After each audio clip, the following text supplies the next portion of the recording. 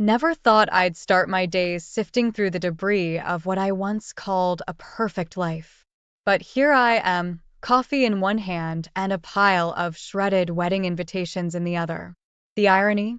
Those invitations were a testament to a future that's now as torn up as they are. Sarah and I were the underscore couple, ready to seal the deal. That was until yesterday. I found out through a text of all things. Not from her, but from Mark's number, saved under a fake name on her phone. Last night was the closure I needed. Thank you, it read. My world stopped. Sarah spent the night with her ex-husband, Mark, just days before our wedding. Her justification? A final farewell to her past.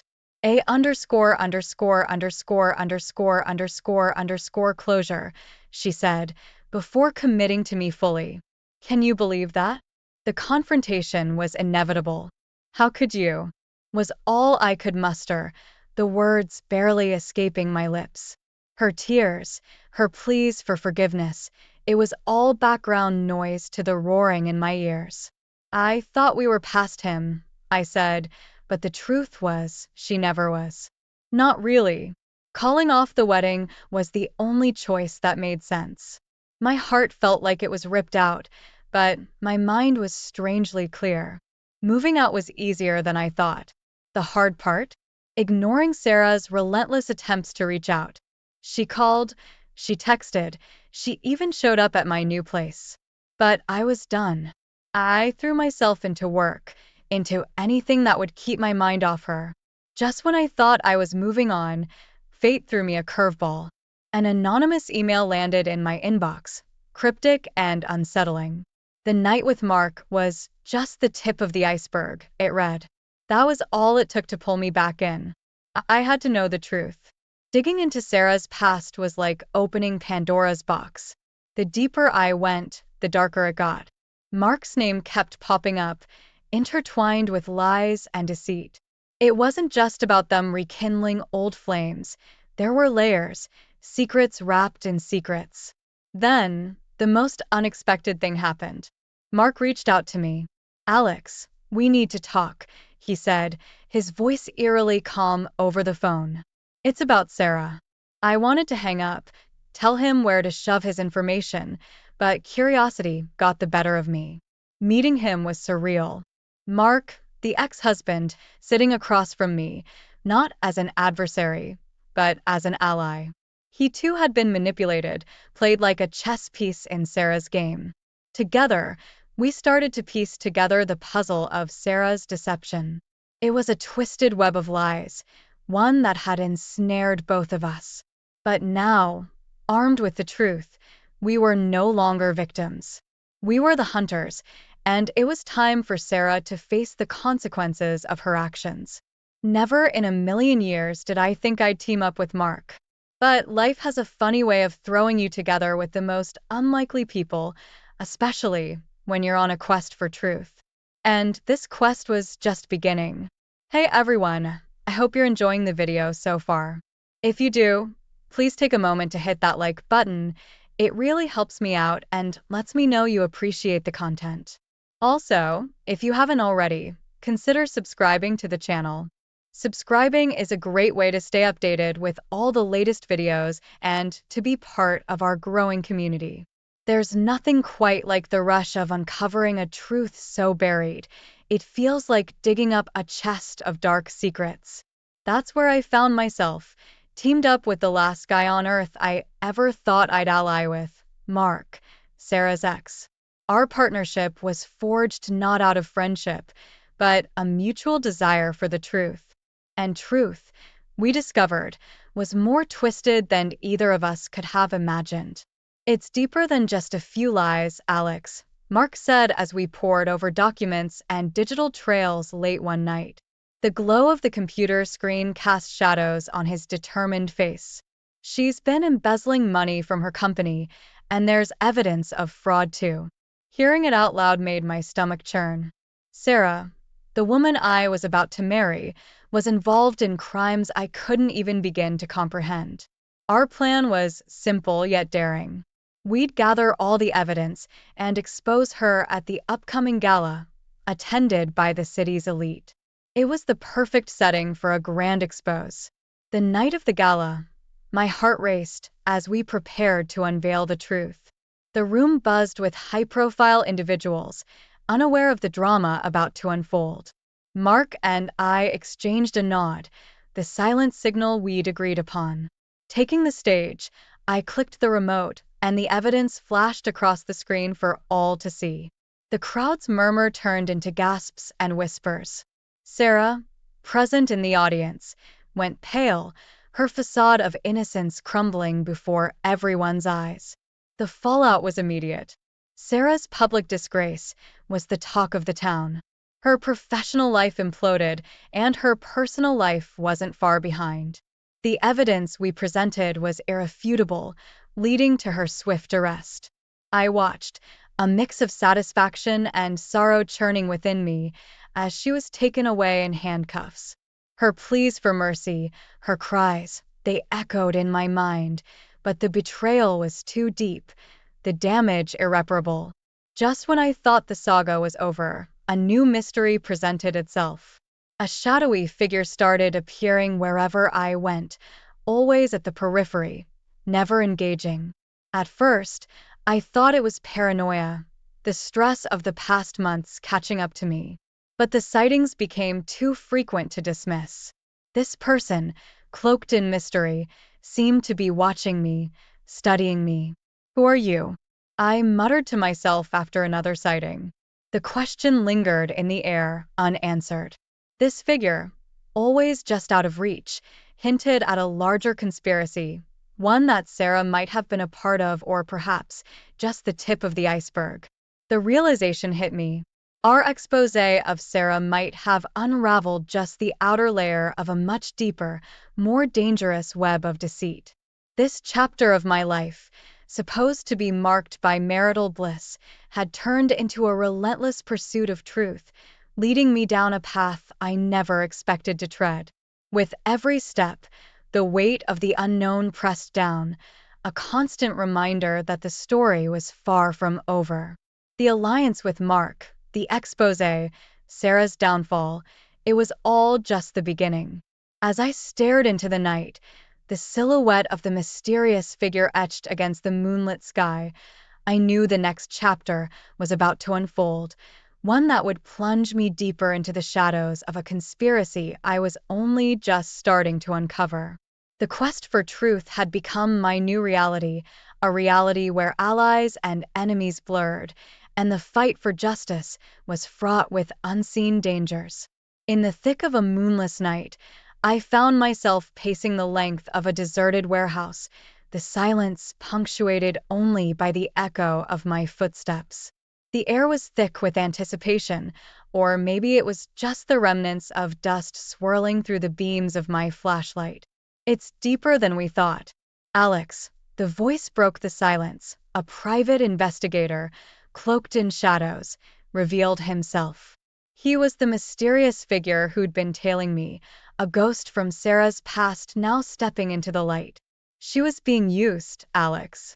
Sarah was just a piece in a much bigger game, he said, handing over a dossier filled with names, dates, and transactions. The pieces of the puzzle were falling into place, but not in the way I had anticipated. My quest for personal vengeance had unwittingly led me into the labyrinth of a criminal syndicate's grand design. The revelation hit me like a freight train. Sarah, the woman I loved, the woman I had vilified, was not the mastermind but a pawn in a dangerous game she likely didn't even know she was playing. The syndicate, a network so vast and insidious, had its tentacles wrapped around the city's underworld, and now, it seemed, around my life. The threat was no longer abstract. It became real, palpable, when Mark and I found ourselves dodging bullets in what was supposed to be a covert meetup. "We need to end this," Mark hissed as we took cover behind an abandoned car, the night air shattered by the gunfire of syndicate goons. Our alliance, forged in the crucible of betrayal, was now a brotherhood in arms. We fought back with everything we had, a desperate bid for survival and justice. The syndicate was relentless, but so were we. Every move they made, we countered, our resolve hardened by the stakes that had escalated beyond our personal grievances. But the cost was high, higher than I could have ever imagined. It happened in a blur, a standoff gone wrong. Mark, who had become an unlikely friend, took a bullet meant for me. His sacrifice was a brutal reminder of the stakes. As he lay dying, he whispered, "Finish it, Alex." And just like that, the fight became personal in a way it had never been before. Fueled by grief and rage, I became a force of vengeance. Each move I made against the syndicate was a tribute to Mark's memory, a promise to bring down the empire that had taken him from me. The battle raged across rooftops and through the shadowed alleys of the city, a relentless pursuit of justice. The final showdown was something out of a nightmare. The syndicate's leader, a figure shrouded in mystery until the very end, faced me in the heart of their operation. It was a battle of wills, of flesh and blood, a dance with death where only one would emerge alive. And when it was over, when the dust settled and the last of my adversaries lay defeated, the victory felt hollow.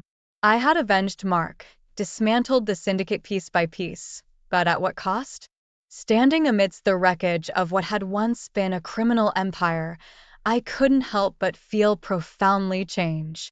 The man who had started this journey, driven by a sense of betrayal and a desire for retribution, had been consumed by the flames of vengeance. What was left was someone else entirely, a man who had seen too much, lost too much. The road ahead was uncertain. The battle against the syndicate was over, but the war within, was just beginning. How do you rebuild when the foundations of your world have been shattered? How do you find peace when every victory reminds you of what you've lost? These were the questions that haunted me as I walked away from the battleground, the dawn breaking on a new day, a new beginning.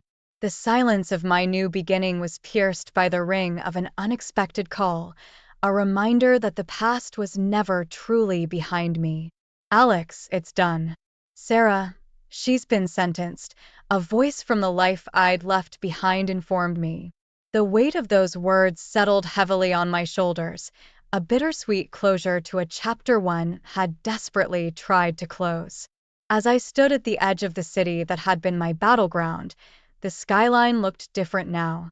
It wasn't just a place of memories, both good and bad, but a testament to the change one person could bring about. The syndicate was dismantled, its shadows no longer looming over the streets, and Sarah, the woman I once thought I'd spend my life with, was facing the consequences of her actions behind bars. The decision to leave wasn't easy. This city, with all its chaos and turmoil, had shaped me in ways I couldn't have imagined. But as I drove away, the buildings fading in my rearview mirror, I felt a sense of relief. It was time for a new chapter, a chance to find peace and maybe, just maybe, a bit of happiness. News of my actions had spread, becoming a beacon for those who had suffered in silence. Letters and messages poured in, stories of betrayal and manipulation, each one a reflection of my own experiences. It was overwhelming and humbling, the realization that my fight had given others the courage to stand up against their oppressors. In the quiet moments, when the world seemed to slow down, I found myself reflecting on everything that had happened. The cost of vengeance was high, too high. Lives were lost, hearts were broken, and the scars of battle, both visible and invisible, would take a lifetime to heal. The journey had changed me, not just in the ways I had fought back against the darkness, but in how I viewed the world and my place in it. Then came the message, a simple text that sent a chill down my spine. "The game isn't over, Alex." Just when I thought I could finally put it all behind me, this cryptic warning hinted at unseen dangers still lurking in the shadows. It was a stark reminder that battles might end, but the war goes on. Starting over wasn't easy. The new city offered a semblance of anonymity, a chance to be someone other than the man who had taken down a criminal empire. I used my experiences to help others, volunteering and sharing my story in hopes of preventing others from walking down the path I had. Meanwhile, Sarah's journey took a different turn. Locked away from the world she once manipulated, she was forced to confront the reality of her actions. The news of Mark's death and the syndicate's defeat reached her, a bitter pill to swallow.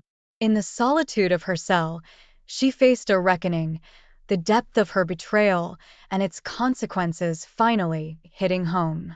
But redemption, if it was ever possible, felt like a distant dream. As I built a new life, the echoes of the past remained, a constant reminder of the battles fought and the lessons learned. The mysterious message lingered in the back of my mind, a shadow that refused to fade. Yet, amidst the uncertainty, there was hope. Hope for a future where the mistakes of the past would not define me, where the fight for justice and peace would continue, not just for me, but for all those whose voices had yet to be heard. In this new beginning, I found a purpose that went beyond revenge. It was about healing, about making a difference, about proving that even in our darkest moments, there is a light that can never be extinguished. The journey ahead was uncertain, but for the first time in a long time, I was ready to face whatever came my way, armed with the knowledge that no matter how dark the night, the dawn always comes. The moment I thought I could catch my breath, life threw another curveball, proving the fight against darkness is a relentless one. There's no such thing as a final victory, not in this game. Just when the dust had settled, a whisper of a new threat reached my ears, a storm brewing on the horizon, ready to unleash chaos. It was Mike, a former adversary whose respect I'd earned on the gritty pavements of our battles. "Alex," he said, his voice heavy with a mix of warning and admiration. "There's something brewing. Something bad. Thought you should know." That was all it took to set the wheels in motion again. This new enemy wasn't just another criminal outfit looking to stake their claim. They were methodical, ruthless, and led by someone with a personal vendetta against me. The stakes had never been higher. It wasn't just about protecting myself anymore. It was about safeguarding the fragile peace I'd fought so hard to achieve. Diving back into the underworld for intelligence felt like slipping into an old persona, one I'd hoped to leave behind. Yet, the skills I'd honed, the contacts I'd made, they all came rushing back, as if no time had passed at all. The more I learned about this new organization, the clearer it became that they were a formidable force, one that planned to fill the power vacuum left by the syndicate's fall. Then came the assassination attempt. It was too close for comfort. A clear message that I was in the crosshairs of someone very dangerous. This new enemy didn't just want to take me down. They wanted to send a message, to make an example out of me. But I wasn't about to roll over and show my belly. Not now, not ever. It was clear I couldn't do this alone. The alliances I forged were born out of necessity, a coalition of those who had suffered under the yoke of this new organization. Together, we stood a chance. Together, we could push back against the tide threatening to drown us all. But trust is a fragile thing, especially in the shadows where we operated. The betrayal by one of our own cut deeper than any knife. It wasn't just a setback. It was a stark reminder that in this world, you're never truly safe. This chapter of my life wasn't just about the physical battles fought in the dead of night or the strategic moves played out in the hidden corners of the city. It was a testament to the unending struggle between light and darkness, a fight that demanded every ounce of wit, will, and determination I had. The realization that this battle was far from over was sobering. The path ahead was fraught with danger, lined with adversaries waiting for me to slip. But it was a path I chose to walk, armed with the knowledge that the fight for justice, for peace, was worth every sacrifice. As I stood on the precipice of this new war, I couldn't help but reflect on the journey that brought me here. The losses, the victories, the endless cycle of revenge and redemption, it all led to this moment. And as I prepared to face this new challenge, I knew one thing for certain. The fight against darkness is never truly over. It's an unending battle, one that demands vigilance, resilience, and, above all, the courage to stand up for what's right, even when the odds are stacked against you. The fight continues, and I'm ready for whatever comes next. The air was charged with a kind of electricity that you only feel when you're teetering on the edge of something monumental or catastrophic. Maybe both. That's where I found myself, standing at the precipice of what could either be my greatest victory or my most profound defeat. The plan was simple in words, complex in execution. Capture the traitor, unveil the enemy, storm the fortress, and end this war that had chosen me as much as I had chosen it. Tonight, we turn the tables. I said to my team, a motley crew of the brave, the broken, and the vengeful, each one carrying scars from battles past. Our target was one of our own, a brother-in-arms turned betrayer. The sting of his deception was still fresh, a wound that fueled our resolve. The operation was swift, a testament to our collective determination. The traitor, caught by surprise, was more coward than warrior in the end. Under the harsh glare of interrogation lights, he spilled the truth like water from a broken dam. Our enemy was not just a shadowy figure seeking power, he was driven by a personal vendetta, the sibling of the syndicate leader I had taken down. This was more than crime, it was a blood feud. With the location of the enemy's hidden fortress now in our possession, we prepared for what was to come. Weapons were checked and rechecked, strategies laid out with meticulous detail. This wasn't just another skirmish in the shadows, it was a full-on assault against a fortress designed to be impregnable. The siege was unlike anything we had faced before. The fortress, nestled in the heart of darkness, was a fortress in the truest sense, fortified, armed to the teeth, and teeming with guards trained for nothing but death and destruction. We fought with everything we had, pushing through traps and gunfire, a relentless advance fueled by the need for justice, for closure. Then, there I was, standing face to face with the enemy leader. Our duel was a dance of death, every move mirrored, every strike matched. There was a moment, fleeting and sharp, where I saw the rage in his eyes, a mirror to my own. We were two sides of the same coin, bound by loss and driven by revenge. But only one narrative could end in triumph.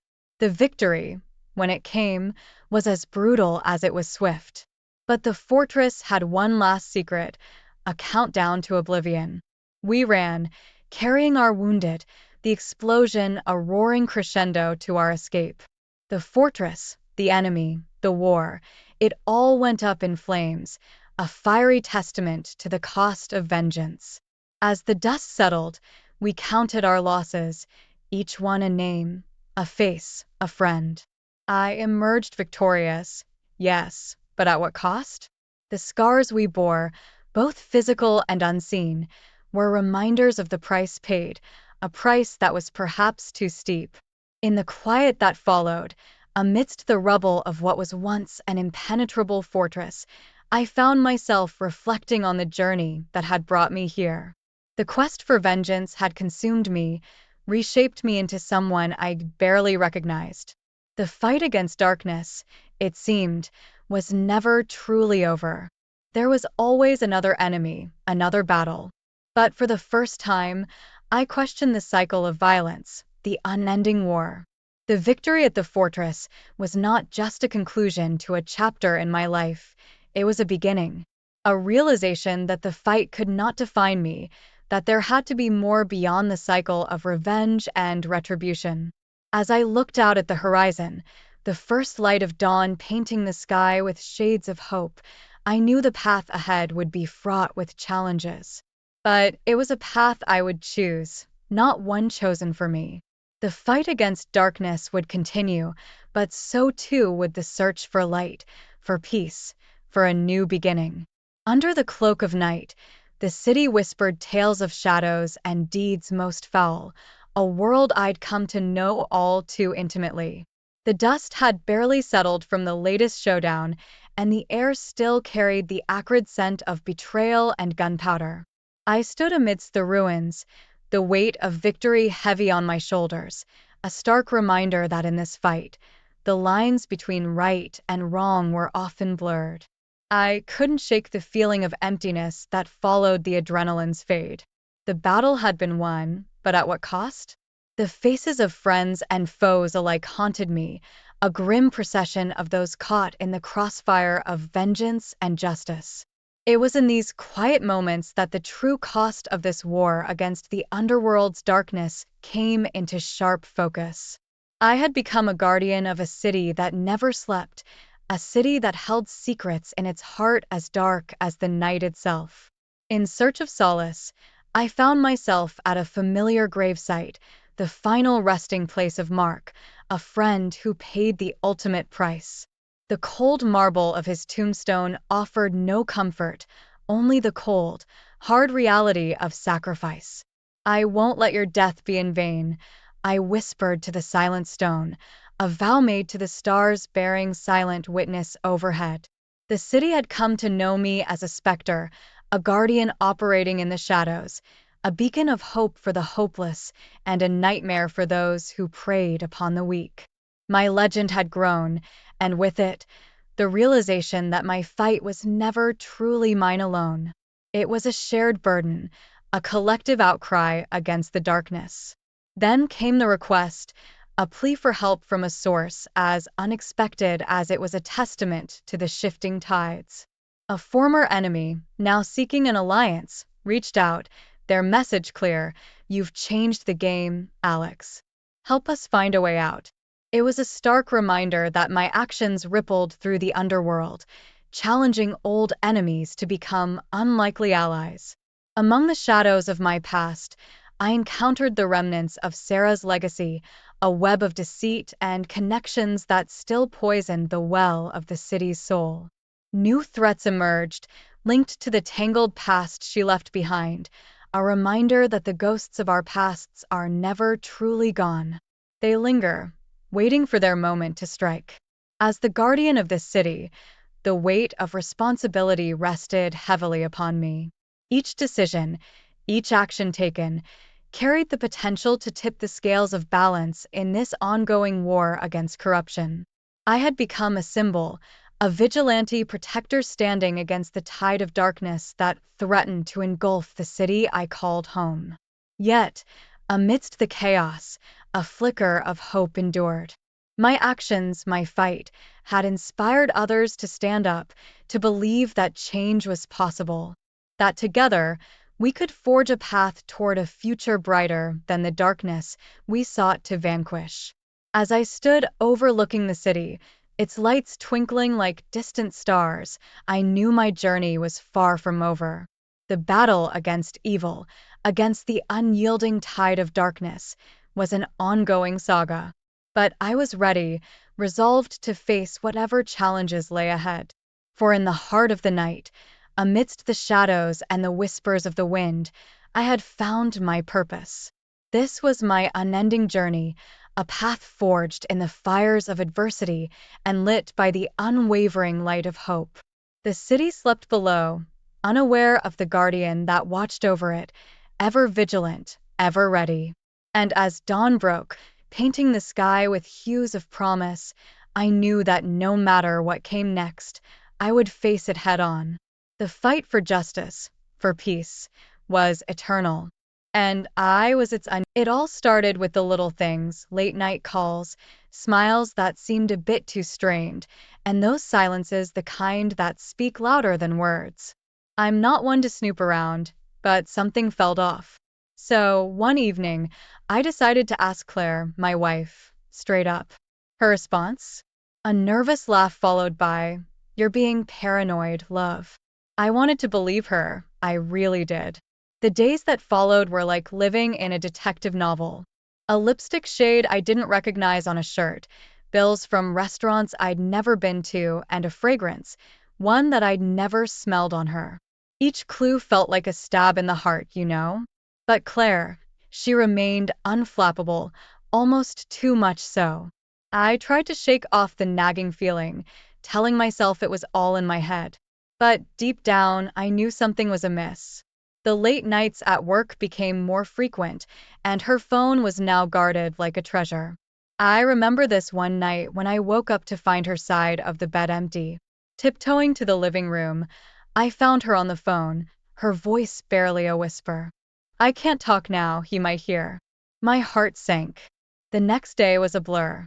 I went through the motions at work, my mind racing with questions and fears. Was I losing her? Was there someone else? That evening, I decided I needed answers.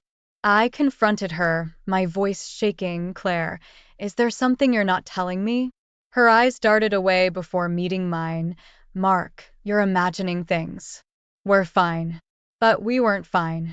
The distance between us grew, and the smiles faded. I felt like I was living with a stranger. It was then I decided I needed to know the truth, no matter how painful it might be. The suspicion was eating me alive, and I couldn't let it go on. I started paying more attention, noticing every small detail. The way she'd jump at every text, her sudden interest in dressing up for grocery shopping, and the late-night whispers on the phone.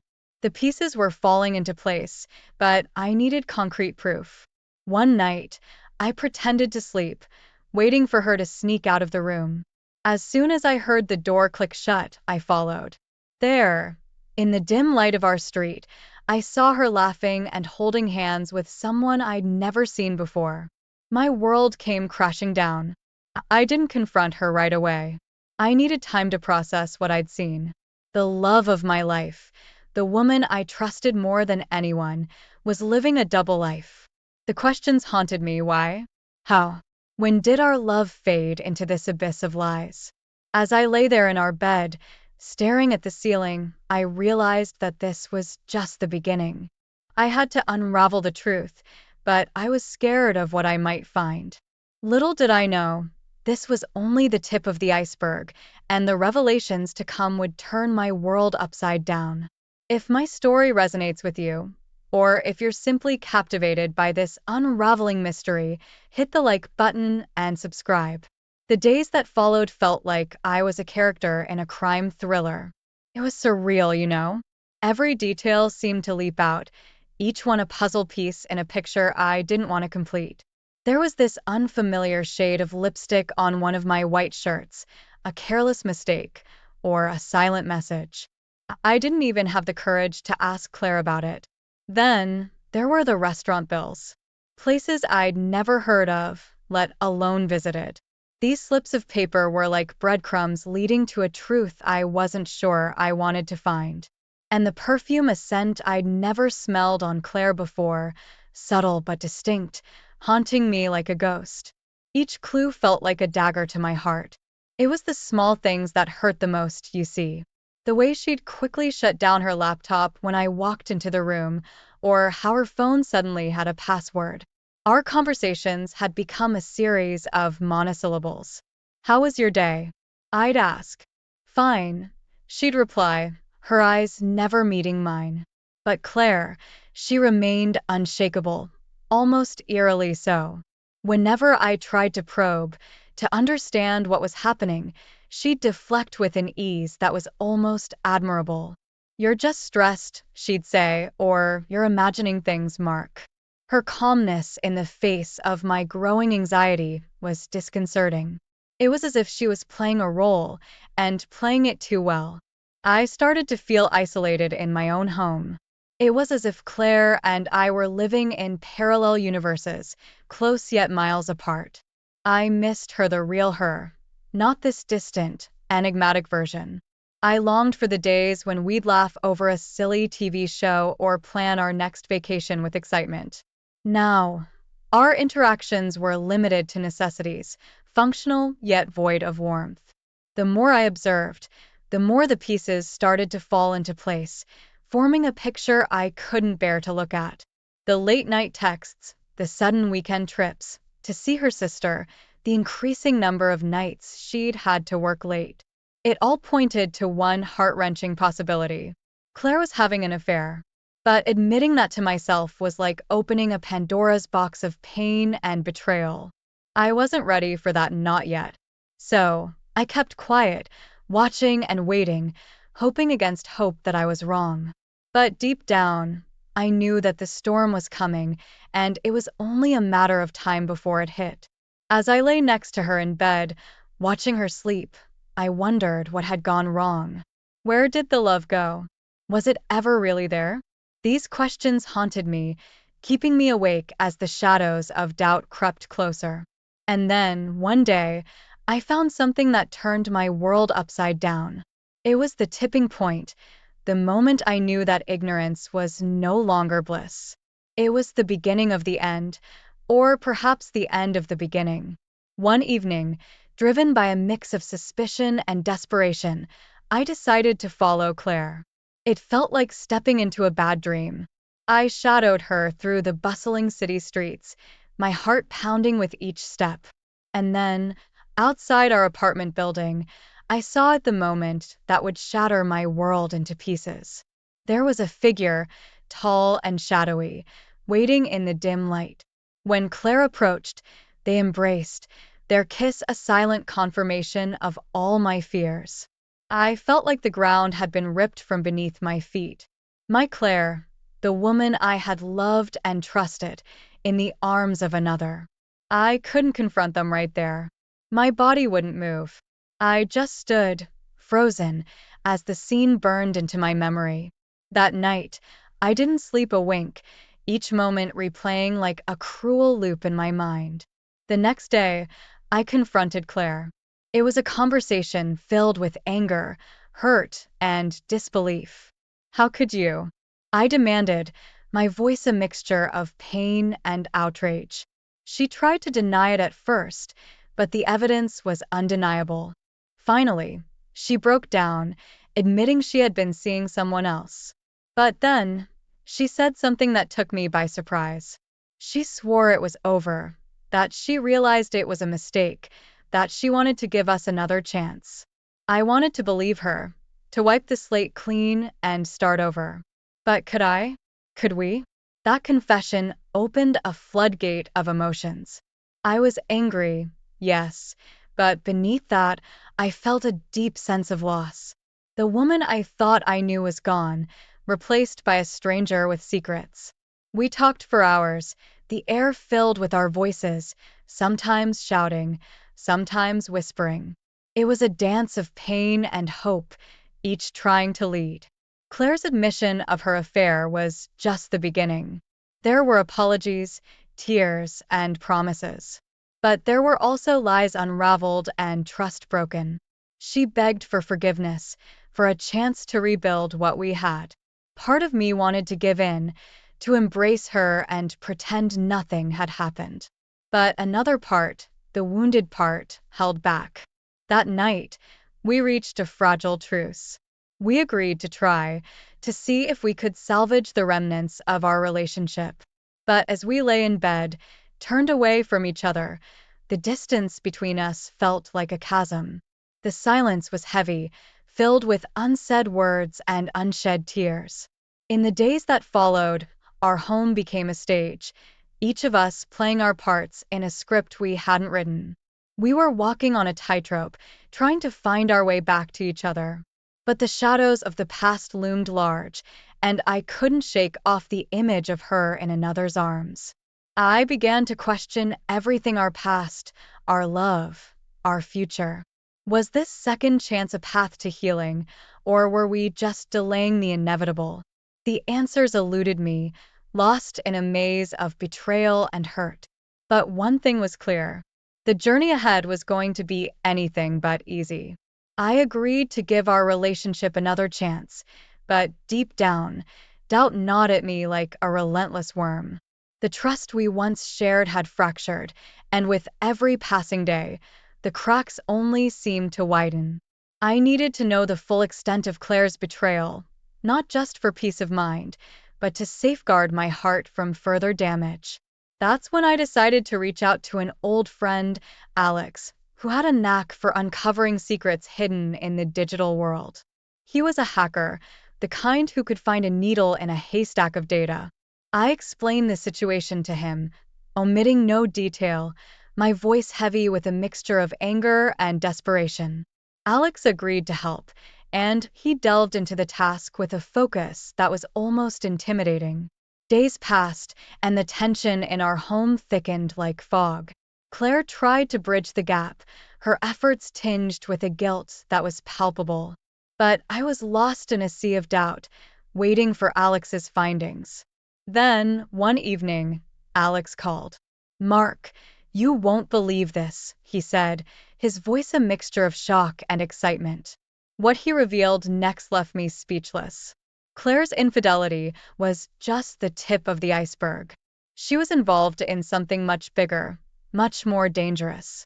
Claire wasn't just seeing another man.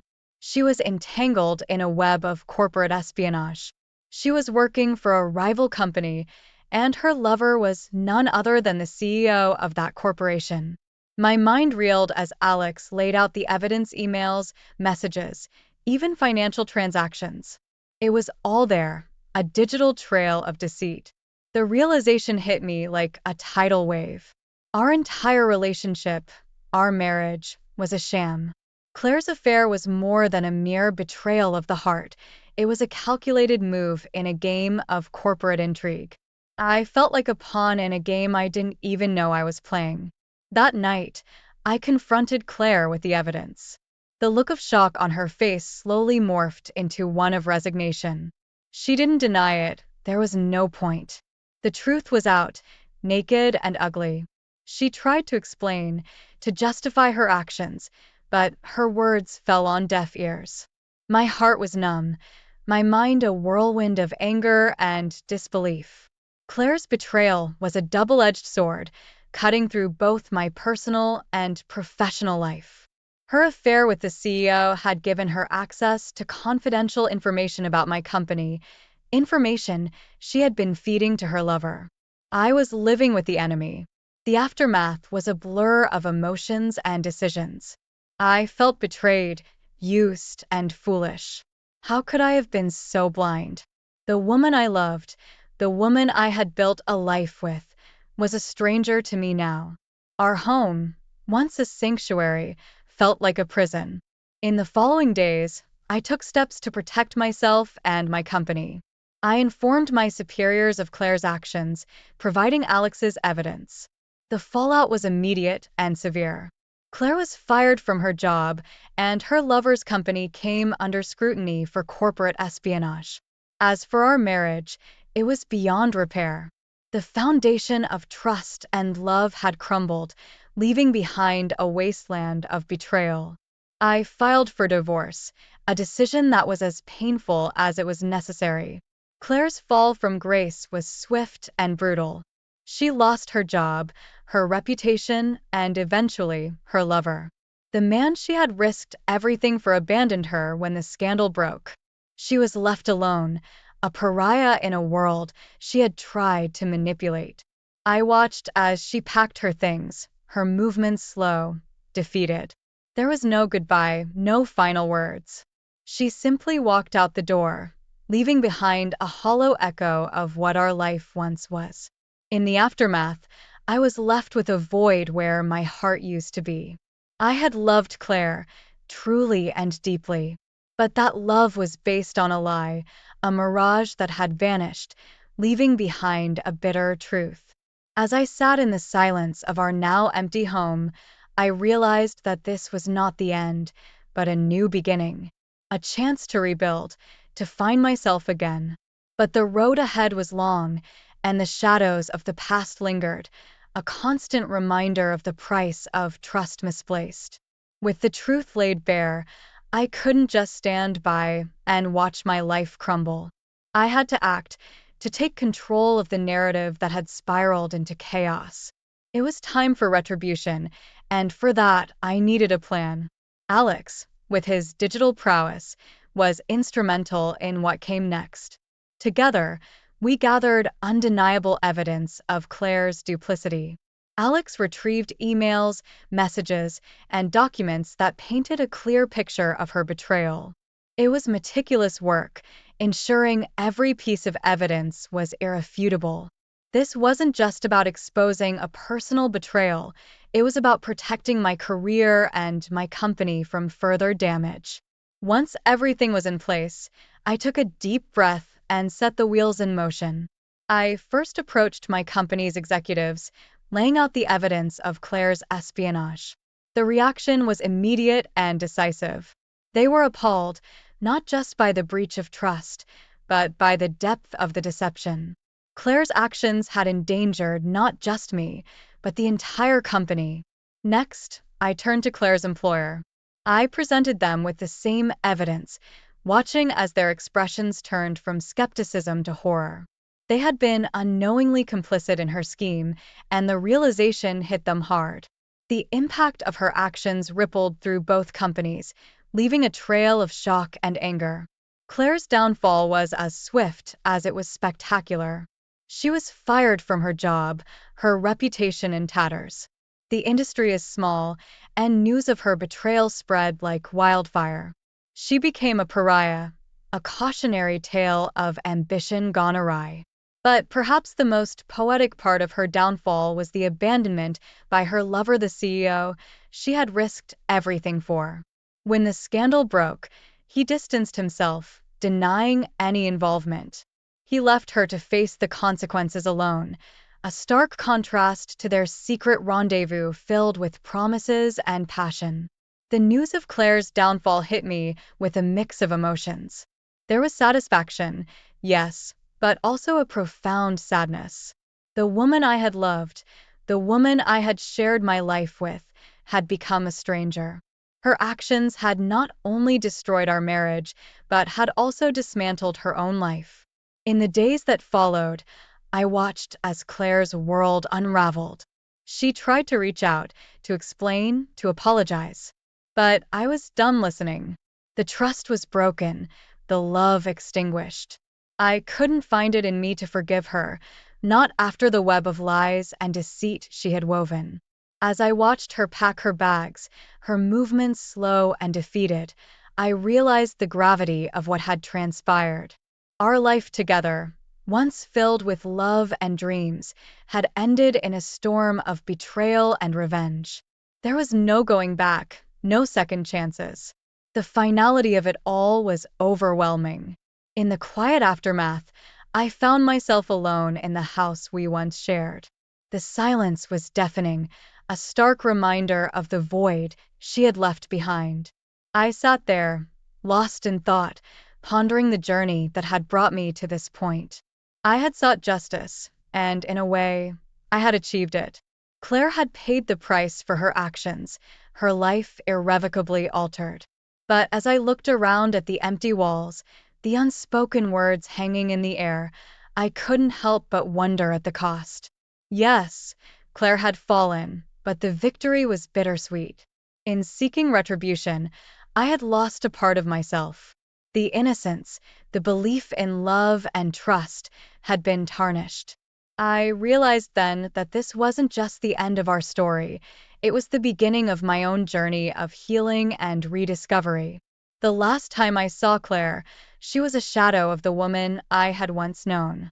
Her once vibrant eyes were dulled with defeat, her posture, once confident and lively, now slumped with the weight of her choices. She came to me, a final plea in her voice, her words a mix of desperation and sorrow. "Mark, please," she implored, her voice barely above a whisper. "I know I've done the unforgivable, but I'm begging you, can you ever find it in your heart to forgive me?" Her plea hung in the air, heavy with the weight of our shattered past. I looked at her, really looked, and saw the magnitude of her fall. But the pain and betrayal were still too raw, the wounds too fresh. There were things that time couldn't heal, and actions that couldn't be undone. "Claire, I can't," I said, my voice steady despite the turmoil inside. What happened? It changed everything. I can't just forget it, as much as I might want to. The finality of my words seemed to break something in her. I saw the realization dawn in her eyes, the understanding that some bridges, once burnt, couldn't be rebuilt. She nodded, a silent acceptance of the end of our story. As she turned to leave, I felt a mix of emotions. Relief that this chapter was closing, sadness for what we had lost, and a lingering sense of what might have been. In the days that followed, I grappled with the aftermath of our broken marriage. The house felt empty, a constant reminder of the voyage she had left. I found myself wandering through rooms filled with memories, each a poignant echo of our life together. The hardest part was rebuilding trust, not just in others, but in myself. How had I missed the signs? How had I allowed myself to be so deceived? The questions haunted me, a relentless shadow in my quest to move forward. I realized that trust, once broken, wasn't easily mended. It was like trying to piece together a shattered vase. Even if you managed to fit the pieces back together, the cracks would always be visible. I had to learn to trust again, but this time, with more caution, more awareness of the fragility of human relationships. Slowly, I began to pick up the pieces of my life. I focused on work, on rebuilding my professional reputation that had been tarnished by Claire's actions. I reconnected with old friends, their support a lifeline in my darkest moments. But the journey wasn't easy. There were days when betrayal felt like a weight on my chest, days when the loneliness was overwhelming. Yet, with each passing day, I grew stronger, more resilient. I learned to embrace the solitude, to find peace in the quiet. As time passed, I realized that turning the page wasn't just about moving on from Claire, it was about rediscovering myself. I had been so entwined in our relationship that I had lost sight of who I was without her. Now, I had the chance to explore that, to build a new identity, one that wasn't defined by the shadows of betrayal. I also learned that forgiveness wasn't just about absolving Claire, it was about freeing myself from the chains of anger and bitterness. It didn't happen overnight, and there were moments when the old hurt resurfaced. But with each act of forgiveness, however small, I felt a weight lift off my shoulders. In the end, I realized that life was a tapestry of experiences, both good and bad. Each experience, each person we encounter, shapes us in some way. Claire had been a part of my tapestry, a dark thread in a complex weave.